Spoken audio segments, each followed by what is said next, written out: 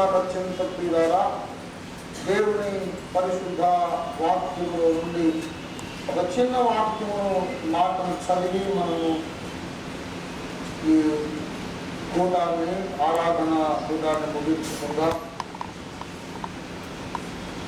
గలతీ పత్రిక 3వ అధ్యాయము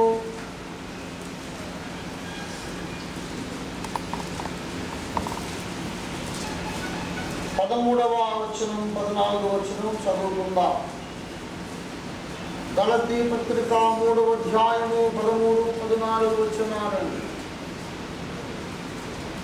ఆత్మను గూర్చిన వాగ్దానము విశ్వాసము వలన మనకు లభించున్నట్లు అబ్రహాము పొందిన ఆశీర్వచనము క్రీస్తు యేసు ద్వారా అన్యజనులకు కలుగుటకాయి క్రీస్తు మన కోసము శాపమై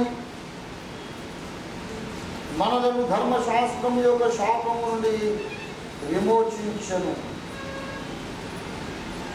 దేవునికి చిన్న మాట ప్రార్థన చేద్దాం. ప్రేమ కలిగిన మాటలు ఇంతవరకు మమ్మల్ని నడిపించిన గొప్ప దేవ, మాతో మాట్లాడి ఆయా రీతులుగా మీ రాసుల ద్వారా మమ్మల్ని హెచ్చరిక చేసిన తండ్రి, మీకు వందనాలు చెల్లిస్తున్నాం. మేము లేచి తిరిగి మా ఇళ్ళకు వెళ్ళక ముందుకు సారి మాతో మీరు ప్రత్యేకంగా సంభాషించమని, మా హృదయాలు వెలిగించి మమ్మల్ని మండించి మా ఇళ్ళకు మమ్మల్ని తీసుకున్నాడు. యేసు నామమున వేడుచున్నాం తండ్రి, ఆమేన్. ప్రభువునందు నాకు అత్యంత ప్రియులారా, శిలువ యొక్క ప్రాశస్త్యము, శిలువ యొక్క విలువ, శిలువ యొక్క ప్రభావము మనము అర్థం చేసుకోవడం చాలా కష్టము అని ముందు సందేశంలో నేను మనవి చేశాను. ద పర్వ్యూ ద క్రాస్, శిలువ యొక్క పరిధి చాలా విశాలమైనది. శిలువ ద్వారా జరిగిన మరొక అద్భుత కార్యం ఇక్కడ మనం చూస్తున్నాం. దయచేసి గమనించండి. శిలువ ద్వారా ఏమి జరిగింది అంటే, ధర్మశాస్త్రము యొక్క శాపము అనేది ఒకటి ఉందండి.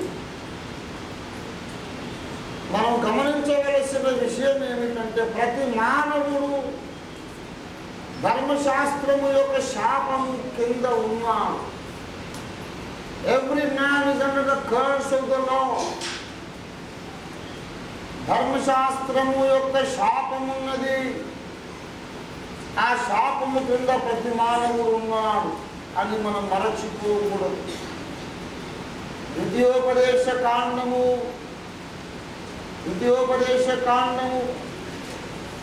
27వ అధ్యాయాన్ని మీరు చూసినట్లయితే, 27వ అధ్యాయములో శాప వచనములు పలుకబడినవి. 28వ అధ్యాయములో ఆశీర్వచనములు పలుకబడినవి. 27వ అధ్యాయంలో చూడండి, దయచేసి 13వ వచనం. రూబేను, గాదు, ఆషేరు, జబూలూను, దాను, నఫ్తాలి గోత్రముల వారు శాప వచనములు పలుకుటకాయ ఏబాలు కొండ మీద నిలువవలెను. గెరీజీము కొండ ప్రక్కన ఉంది. అక్కడేమో యూదా, ఇశ్శాఖారు, యోసేపు, బెన్యామీను గోత్రముల వారు ప్రజలను గూర్చి జీవన వచనములను పలకడానికి నిలబడాలి. షిమ్యోను, లేవి, యూదా, ఇశ్శాఖారు, యోసేపు, బెన్యామీను ఈ 6 గోత్రాలు గెరీజీము కొండ మీద నిలబడాలి. రూబేను, గాదు, ఆషేరు, జబూలూను, దాను, నఫ్తాలి ఈ 6 గోత్రాల వాళ్ళు ఏబాలు కొండ మీద నిలబడాలి. ఏబాలు కొండ మీద నుండి శాపవచనములను పలుకవలేదు. కొన్ని ఆజ్ఞలు ఉన్నాయి. దేవుని బిడ్డలారా, ధర్మశాస్త్రములో శాపవచనములు ఉన్నవి. మనము ఆశీర్వాదములకు వారసులముగా పుట్టలేదు, కానీ శాపవచనములకు వారసులుగా మనం పుట్టాం. The curse of the law. కారణం ఏమిటంటే, ధర్మశాస్త్రము పాటించిన మానవుడు లేడు చరిత్రలో. ధర్మశాస్త్ర ప్రకారము నడుచుకున్న మానవుడు లేడండి.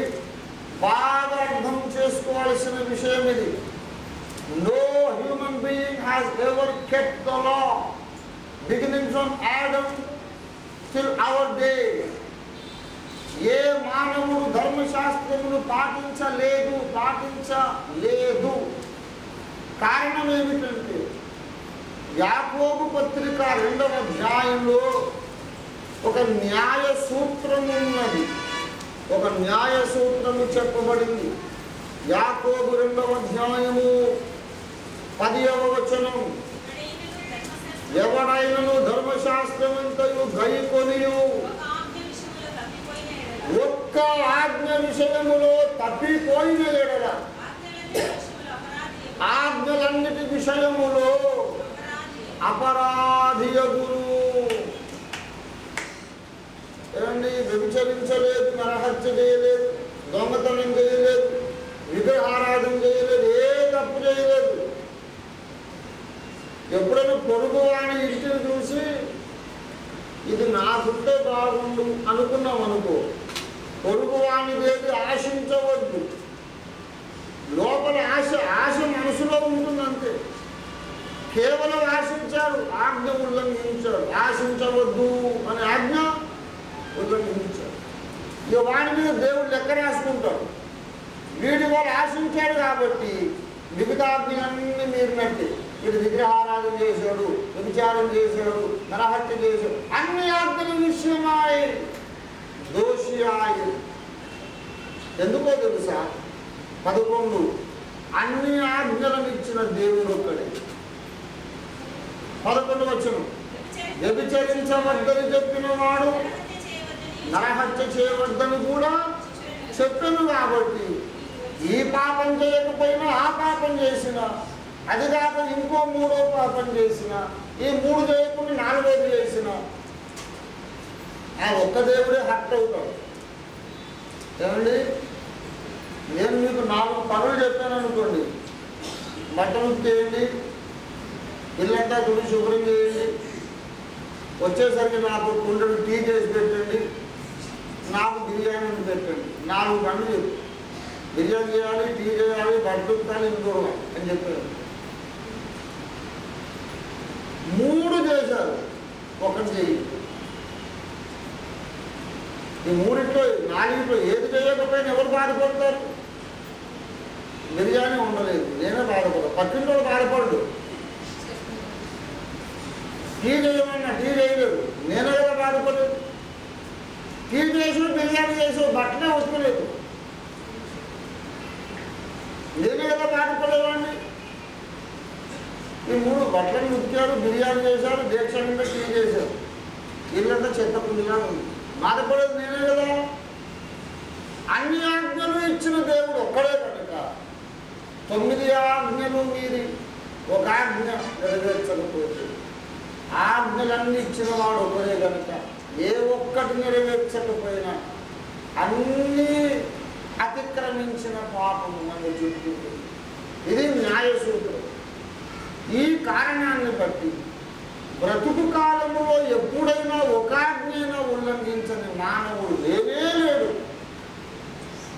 కనుక ధర్మశాస్త్రము ద్వారా ఎవడూ నీతిమంతుడుగా తీర్చబడడు అనేసాడంటే అది అల్టిమేట్ రూల్ అన్నమాట. గలతీ పత్రిక 3వ అధ్యాయము, గలతీ పత్రిక 3వ అధ్యాయం 11వ వచనం, ధర్మశాస్త్రము చేత ఎవడును దేవుని ఎదుట నీతిమంతుడని తీర్చబడడు అనే సంగతి స్పష్టమే. The law was not given to justify men and women before God. The law was not given with the purpose of justifying a man. ధర్మశాస్త్రము ద్వారా ఎవడును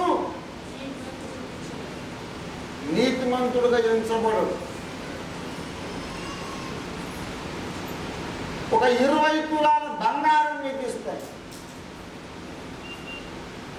అంత ముద్ద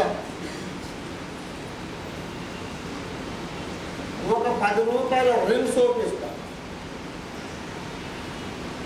ఈ రిన్ సోప్ ఎక్కువ విలువనా, 20 కిలోల బంగారం ముద్ద ఎక్కువ విలువనా? చెప్పండి. ఇందులో ఏం తెలిసిందో? అవునంటే ఓతంట, కాదంటే ఓతంట. అస్సలు అన్న నాకు నోరెత్తది. వాడే తీసుకొని మొత్తం మీద ఎట్టో ప్రసంగం ముగించుకుంటారు. కానీ ఏమండి, రిన్ సోప్ ఎక్కువ విలువనా, 20 కిలోల బంగారం ముద్ద ఎక్కువ విలువనా? బంగారం ముద్దలు ఎక్కువ విలువ. ఆ బంగారం పెడితే ఇట్లా 1000 కొద్ది సబ్బులు వస్తాయి. కానీ నా బట్టలు మురికైపోయింది. బంగారం ముద్ద పెట్టి ఉంటే కొంత మురికి. విలువైనదే కానీ మురికి తొలగించే లక్షణం దానికి లేదు. ధర్మశాస్త్రం విలువైనదే, ధర్మశాస్త్రం విలువైనదే. అది దేవుడిచ్చినది, దేవదూతుల ద్వారా నియమించబడింది. జ్ఞాన సత్య స్వరూపము ధర్మశాస్త్రం.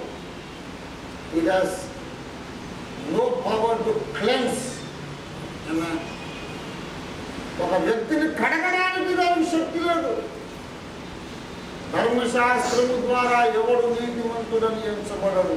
ధర్మశాస్త్రము ద్వారా జరిగేది ఏమిటంటే ఏది పాపమో మనకు తెలిసి వస్తుంది. అంతేనన్నా. రోమాపత్రిక 3వ అధ్యాయము 20వ వచనం, ఏలయనగా ధర్మశాస్త్ర సంబంధమైన క్రియల మూలముగా ఏ మనుష్యుడును ఆయన దృష్టికి నీతిమంతుడని తీర్చబడడు. మరి ఎందుకయ్యా ధర్మశాస్త్రం ఎందుకు ఇచ్చినట్టు? ధర్మశాస్త్రము వలన పాపమనగా ఎట్టిదో తెలియబడు. ధర్మశాస్త్రము ద్వారా జరిగే ప్రయోజనం ఏంటి? పాపం అంటే ఎటువంటిదో తెలిసి వస్తుంది. అంతేగాని పాపము చేయకుండా ఉండే శక్తి మనకు దాని ద్వారా రాదు. ఇది పాపం, ఇది పాపం అని చెప్తుంది. ఆ చెప్పిన కాడి నుంచి మనకు గొడవ మొదలవుతుంది. ఓహో ఇది పాపమా, అయితే తప్పకుండా మనం అదే చేయాలి అని మన శరీరం డిమాండ్ చేస్తుంది. దేవుడు వద్దన్నాడా, అట్లే అదే చేయాలి అనుకుంటాం మనం. ఎందుకు? ఆదాము పిల్లలం కాబట్టి. రోమాపత్రిక 7వ అధ్యాయము 7వ వచనం, ఆ ధర్మశాస్త్రము వలననే దాని పాపమనగా ఎట్టిదో నాకు తెలియకపోవును. ఆశింపవద్దు అని ధర్మశాస్త్రం చెప్పని ఎడల దురాశయనగా ఎట్టిదో నాకు తెలియకపోవును. ఏమండి, ధర్మశాస్త్రము లేనప్పుడు పాపము మృతము. అయితే 9వ వచనం, ఆజ్ఞ వచ్చినప్పుడు పాపమునకు మరలా జీవము. నా లోపల పాపం ఉన్నది కానీ నిద్రపోతుంది. అది పాపం ఉంది కానీ ఏం చేస్తుంది? మొద్దు నిద్రపోతుంది.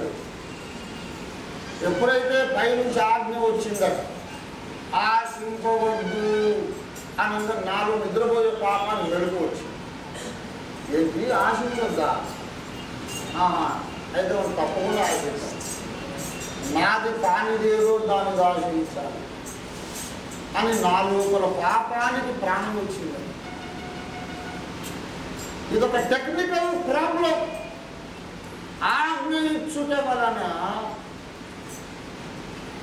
పాపానికి ప్రాణం వచ్చింది. ధర్మశాస్త్రము ద్వారా మానవ జాతి కొరిగిన మేలేమీ లేదు. ఇది పాపము అని చెప్పింది కానీ, పాపము చేయొద్దు అని ఆజ్ఞాపించింది కానీ, పాపం చేయకుండా ఉండే బలమును ధర్మశాస్త్రం మనకి ఇవ్వలేకపోయింది. కానీ పాపము చేయకుండా ఉండే బలాన్ని మనకి ఇవ్వడానికి యేసు అవతరించి దిగి వచ్చాడు. దేవునికి స్తోత్రం కలుగునుగాక. హల్లెలూయా. ప్రభువును పిల్లారా, ధర్మశాస్త్రములో ఉన్న ఆజ్ఞలన్నిటినీ మనమందరం ఉల్లంఘించాలి. ధర్మశాస్త్రములు 100కి 100 పాళ్ళు పాటించిన మానవుడు మానవ చరిత్రలో ఒక్కడే ఒక్కడున్నాడు. ఆయన మరియ కుమారుడు, కన్యకుమారుడు, యేసునాథుడు, నజరేయుడు. ఆయన ఒక్కడే ధర్మశాస్త్రాన్ని పాటించాడు. ధర్మశాస్త్రమును నెరవేర్చుటకు నేను వచ్చి తిని అన్నాడు. దేవునికి స్తోత్రం కలుగును గాక. దయచేసి మత్తయి సువార్త 5వ అధ్యాయము 17వ వచనం నుండి త్వరగా చదువు ముగించేద్దాం.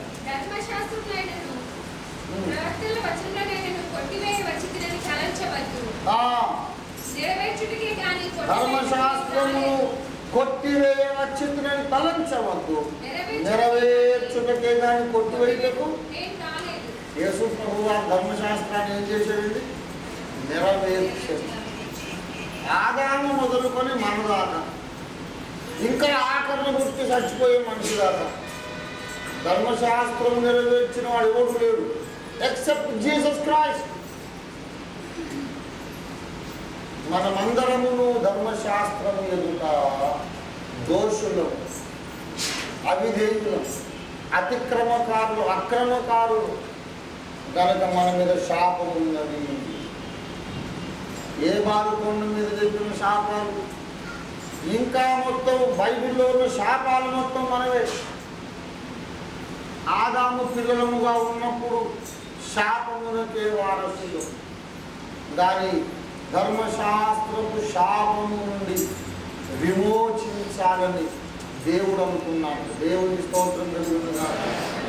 God has made a plan to redeem you from the curse of the law.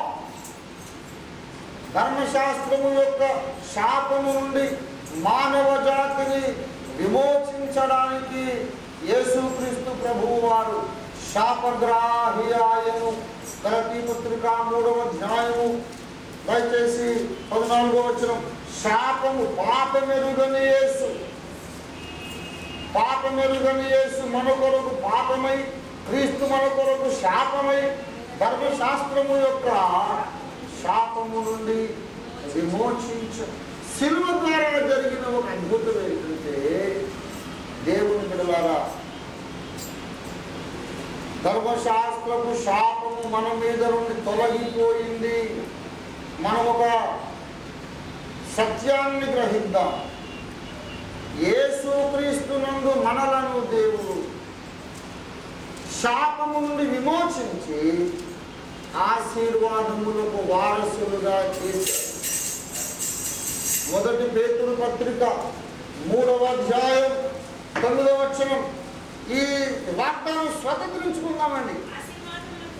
ఆశీర్వాదమునకు వారసులగుటకు మీరు, అందరూ చెప్పండి నాతో పాటు, ఆశీర్వాదమునకు వారసులగుటకు మీరు పిలువబడితిరి. స్త్రీలు పురుషులు కూడా పుల్లింగమే చెప్పండి. అందరూ మ్యాస్కులైన్ జనరల్లో మాట్లాడండి, పడవలేదు. That is scriptural. నాతో పాటు చెప్పండి, ఆశీర్వాదమునకు వారసుడనగుటకు నేను పిలువబడితిని. అంటే ఆశీర్వాదమునకు వారసుడనగుటకు నేను పిలువబడితిని. రోజు 1000 సార్లు చెప్పుకోండి మాట. మీ జీవితంలో అద్భుతాలు జరుగుతాయి. దేవుని స్తోత్రం కలుగును గాక. హల్లెలూయా. యేసులోనికి రాకముందు శాపమునకు వారసులు, యేసులోనికి వచ్చాక ఆశీర్వాదానికి వారసులం, ఐశ్వర్యమునకు వారసులం, ఆరోగ్యమునకు వారసులం, శాంతి సమాధానమునకు వారసులం. చాలా మంది అంటే నాకు మనశ్శాంతి లేదండి, ఎప్పుడు ఏదో ఒక ఏడుపు ఏడుపు ఏడుపు. దేవుని బిడ్డలారా, నిరీక్షణ లేని మాటలు మాట్లాడకండి, ఓడిపోయిన మాటలు మాట్లాడకండి. మనము జయించడానికి పుట్టాం. సింహము పడుకున్న పుట్టిన సింహాలను మనం. మన ఓటమి లేదు, మనకు నష్టం జరగదు. నష్టము జరిగినను దాన్ని లాభముగా మార్చే శక్తివంతుడు, బలవంతుడు మనకు ఉన్నాడు. దేవునికి స్తోత్రం కలుగునుగా. హల్లెలూయా, హల్లెలూయా. ప్రభునందు పిల్లారా, శిలువ ద్వారా ఒక అద్భుతం జరిగింది. ఏంటంటే, ఆయన మన కొరకు శాపగ్రాహి మ్రాను మీద వేలాడి మన తలల మీద ఉన్న శాపపు మూట అంతటిని పాతాళములోనికి విసిరేసి పరలోకము నుండి ఆశీర్వాదాల మూట తెచ్చి మన నెత్తి మీద పెట్టాడు. దేవుని స్తోత్రం కలిగింది. We are blessed people. మనము దీవించబడిన వాడు. నేను దీవించబడిన వాడు. ప్రతిరోజు చెప్పుకోవాలి. ఓ తమ్ముడు నాకు ఉత్తరం రాశాడు. ఏ పని చేసినా కలిసి రాబడుతుందన్నయ్య. నాకు 100,000 ఉత్తరాలు వస్తున్నాయి కదా, మీకు తెలుసు. ఏ పని చేసినా కలిసి రావట్లేదు అన్నయ్య. ఒకవేళ పితరుల పాపం ఏదన్నా నన్ను వెళ్తాడుతుంది. అదేంటంటే బైబిల్లో దొరికిందట. దేవుడు తండ్రుల దోషములు పిల్లల వరకు 3-4 తరములు రప్పించింది. మా తాత ముత్తాతల పాపం ఏదన్నా నా మీకు వచ్చింది. ఇక్కడ ఎంత చేసినా ఇంకా డెవలప్ కాలేదేమో అంటాను. ఒకటి కూర్చోడు నేను చెప్పాను, అదే సైతాను గారిని నువ్వు భలే మభ్యపెడుతున్నావు బాబు. నువ్వు ఆదాము కొడుకు కాదు, నీ నాన్న కొడుకు కాదు, మీ తాత మన కొడుకు కాదు. మనం ఎవరమో తెలుసా? యేసు క్రీస్తు కడుపున పుట్టిన పిల్లలు మనం ఎవరమండి? యెషయా ప్రవచన గ్రంథము 8వ అధ్యాయం. ఇదిగో నా పిల్లలు అన్నాడు. దేవునికి స్తోత్రం కలుగునుగా. 8:18. ఇదిగో నేనును, దేవునికి మహిమ. ఇదిగో నేనును. 8:18 The book of Isaiah 8th chapter 18th verse. ఇదిగో నేనును యెహోవా నాకు ఇచ్చిన పిల్లలు. ఎవరి పిల్లలు మనం?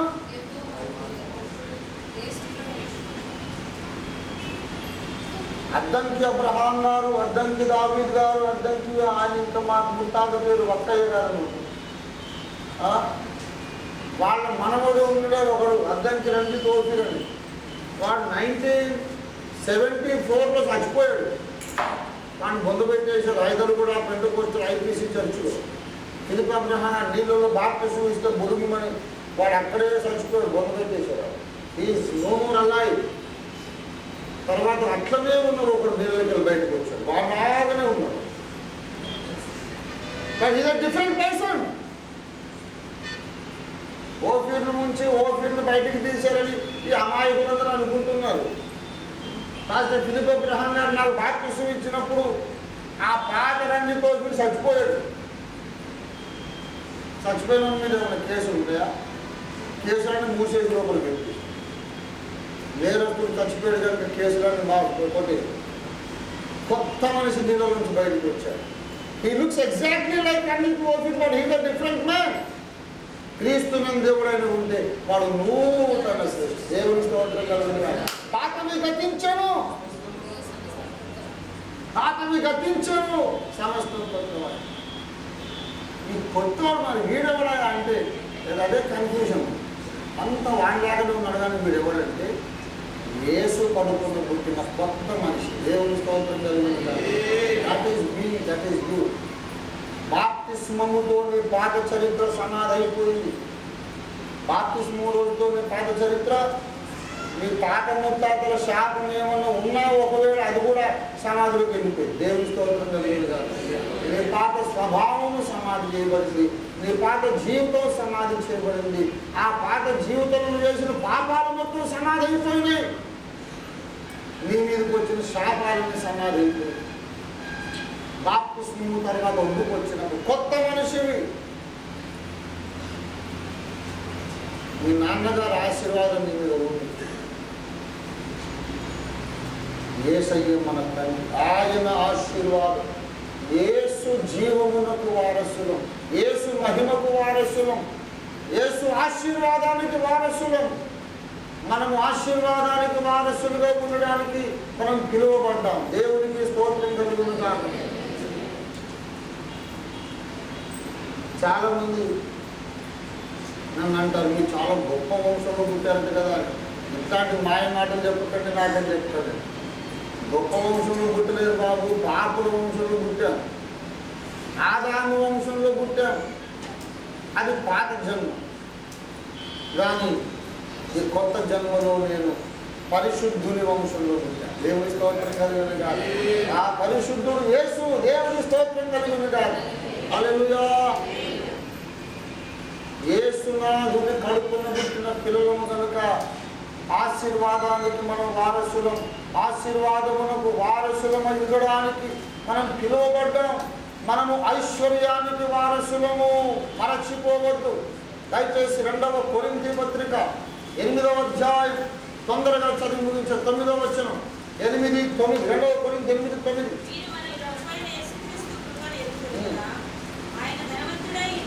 ఆయన ధనవంతుడయుండు మీరు తన దారిద్ర్యము వలన ధనవంతులు కావాలని ఆయన మీ కొరకు దరిద్రుడు. ఎంత మీదవాడైపోయాడంటే భిక్షగాడైనా సరే చచ్చిపోయేటప్పుడు తలవాల్చడానికి ఒక ఫుట్పాత్ మీద తలవాల్చి చచ్చిపోతాడు. కానీ యేసునాథుడు శిలువ మీద మరణించేటప్పుడు తలవాల్చడానికి స్థలము లేక తన సొంత భుజము మీదనే తలవాల్చడానికి ఎంత బీదవాడైపోయాడు. ఎందుకో తెలుసా? So that you must become rich, so that you will become rich. నీవు ధనవంతుడివి కావాలని అంత త్యాగం చేశాడు. ఆయన ధనవంతుడయుండు బీదవాడాయి. మనము ధనవంతులం కావాలి. ఇంత త్యాగం చేసిన తర్వాత మనం ధనవంతులం కాలేదనుకోండి, ఆ త్యాగం అంతా వ్యర్థమైపోదా? అట్లా వ్యర్థం కానియొద్దు. మనం తప్పకుండా ధనవంతులం అయిదాం. దేవుని స్తోత్రం కలుగునుగాక. హల్లెలూయా, హల్లెలూయా. దేవుని బిడ్డలారా, మనలో ప్రతి ఒక్కరూ ధనవంతులు కావాలని దేవుడు కోరుతున్నాడు. ఐశ్వర్యవంతులమవుదాం. మన ఐశ్వర్యాన్ని దేవునికి ప్రతిష్ఠిద్దాం. ఆరోగ్యవంతులమవుదాం. మన ఆరోగ్యాన్ని దేవునికి ప్రతిష్ఠిద్దాం. సమాజంలో పరువు ప్రతిష్ట కలిగిన ఉన్నత స్థానంలో మనం జీవిద్దాం. మనకున్న పలుకుబడిని యేసు కొరకు ప్రతిష్ఠిద్దాం. శిలువ ద్వారా జరిగిన అద్భుతం ఏంటంటే చీకటి వెలుగైపోయింది, శాపం మాయమై ఆశీర్వాదం విధించింది, మన బ్రతుకు మారిపోయింది. దేవుని బిడ్డలారా, శిలువ ద్వారా జరిగిన మహాద్భుతాల్లో ఒకటి ఆయన మనలను శిలువ మరణము ద్వారా శాపము నుండి విమోచించాడు. ఇది మొదలుకొని మనం ఆశీర్వాదానికి వారసులుగా జీవిద్దాం. మరొకసారి చదువును ముగిస్తాను. దయచేసి దాని ఇంప్లికేషన్ అన్వయింపు చెప్పకపోతే ప్రసంగం అన్యాయం అయిపోతుంది. ఒకసారి చదువులు దయచేసి ఆ 1 పేతురు పత్రిక 3వ అధ్యాయం 8వ వచనం. ఆశీర్వాదములకు వారసులగుటకు మీరు పిలువబడితిరి. 3వ అధ్యాయం 9వ వచనం. ఆశీర్వాదములకు వారసులగుటకు మీరు పిలువబడితిరి కాబట్టి సంబరపడి సంకన గుద్దుకొని వెళ్ళిపోండి అని లేదు. కనుక మీరు ఒక పని చేయాలి. కీడుకు ప్రతి కీడైనను దూషణకు ప్రతి దూషణైన చేయక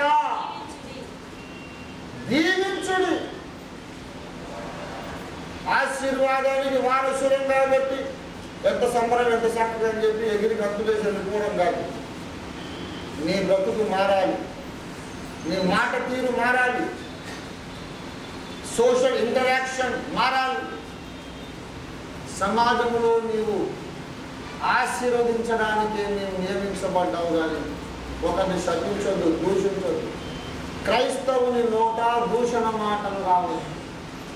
క్రైస్తవుని నోట శాపవచనాలు రావద్దు. ఎందుకనగా మీరు ఆశీర్వాదానికి వారసులు. మా నాన్నగారు నాకు వరి పొలం రాసిచ్చింది అనుకోండి, మీకు అందరికీ నేను వరి బస్తాలే ఇవ్వగలను తప్ప జొన్నలు వేయలేదు. నాకు వచ్చింది వరి పొలం, పండింది వరి, ఎట్లా చెరుకుతో రాసిచ్చాడు అనుకోండి, అప్పుడు నేను చెరుగడలు వేయగలను, పంచదార బెల్లం వేయగలను. నాకు వారసత్వంలో ఏదో తెగ ఇవ్వగలను. మనకు వారసత్వంలో ఏమొచ్చినాయి? ఆశీర్వాదాలే ఇవ్వాలి. దేవుని స్తోత్రం కలుగునుగాక. హల్లెలూయా. పొరపాటును కూడా ఎవరిని దూషించదు. నా శత్రువులను, నా విమర్శకులను అందరినీ నేను కోపముతో ఆశీర్వదిస్తున్నాను. ఎవరు భాగ్యుడు, ఇంత నన్ను బాధ పెడతావురా, నువ్వు తప్పకుండా పరలోకానికి వచ్చదవు కాక అని నేను ఆశీర్వదిస్తాను. ఎందుకు తెలుసా? అక్కడికి వచ్చి నా మహిమను చూసి వాడు నిశ్చత్తునంత కుళ్ళి సావాలి. అరే నిన్ను అనవసరంగా నేను ఇట్లా చేస్తుంది కదా. ఇప్పుడు వాడు ఉన్నత మహిమలో ఉన్నాడు, మనమేమో ఫుట్పాత్ మీద ఉంటుంది. వాడు నరకానికి పోవద్దు, నా శత్రువులు ఎవరు నరకానికి పోవద్దు అని నా యొక్క ప్రార్థన. నరకానికి పోతే వాని బాధ వాడు పడతాడేమో కానీ నా మహిమను చూసి కుళ్ళుకునే అవకాశం వాడికి రాదు.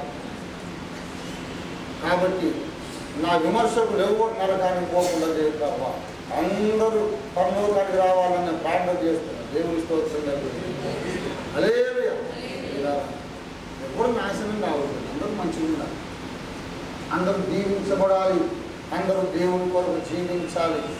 కొంతమంది తమ సొంత పిల్లలనే దూషిస్తుంటారు. పిల్లలనే అరే పనికి మనోడా రా, ఎక్కడ వచ్చావురా, ఎప్పుడు నెగటివ్ దూషణ. దేవుని బిడ్డలారా, మన నోట్లో దూషణ మాటలు కానీ వ్యతిరేకమైన మాటలు కానీ రానివ్వద్దు. ఇది మొదలుకొని మన నోటి నుండి ఆశీర్వాదాలు కలుగుదాం. మన కుటుంబాలు దీవించబడాలి, మన సంఘము దీవించబడాలి, భారతదేశము దీవించబడాలి, దేశ ప్రజల మీదకి మన ఆశీర్వాదాలు కలుగుదాం. దేవుడు మనల్ని అలా ఆశీర్వాద కారకులుగా వాడుకున్నదా. ముందు ఆశీర్వాద వారసులు, తర్వాత ఆశీర్వాద కారకులు. We should be the reason, the instrument of blessings. దేవుడు మనల్ని ఆశీర్వదించుగా ప్రార్థన చేసుకున్నాం. తరలించి